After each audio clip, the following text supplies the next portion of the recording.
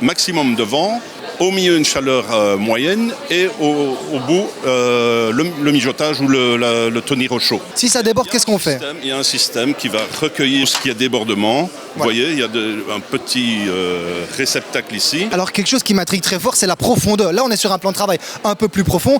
On a bien évidemment en cuisine des coulisses en dessous. On ne va pas condamner tous les tiroirs en dessous. C'est quoi la profondeur idéale, en tout cas conseillée pour ce genre de tac? La technologie se trouve derrière et plus particulièrement dans le fond. On voit clairement le mécanisme du Air Induction System. Donc tout se trouve sur la paroi arrière du meuble. Et là, c'est en fonction de l'implantation, on aura un plan de travail plus large ou pas, où on utilisera un tiroir peut-être un peu plus court ou pas. Alors une question qui est essentielle maintenant au niveau de l'évacuation, parce qu'on est dans les maisons passives ou basse énergie.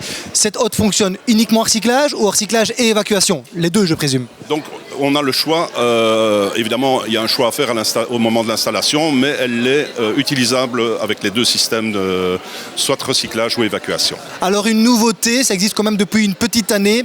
C'est tout simple, mais je veux montrer ça parce que c'est très pratique. C'est le Step Flame sur les tacs au gaz. Explique-nous ça, Luc. Donc comme tu le dis bien, Thomas, l'énergie gaz est connue depuis toujours et on pense qu'on ne peut pas innover à ce niveau-là. Eh bien si, en fait, le problème de l'énergie gaz, c'est le réglage.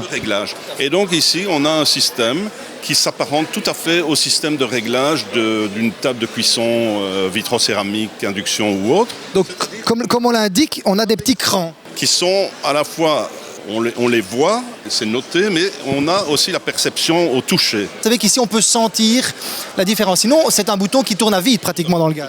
Tout à fait. Donc ça, c'est une innovation avec en plus une régulation électronique. Donc ce n'est pas simplement une ouverture de valve de débit, etc.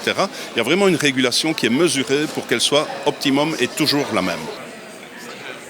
Alors Luc, un produit tout à fait spécifique, parce que là c'est quand même une innovation dans la hotte. Attention, c'est quand même quelque chose qui existe depuis 1 an et demi pratiquement, mais c'est quand même bien de le remontrer parce que c'est tellement nouveau.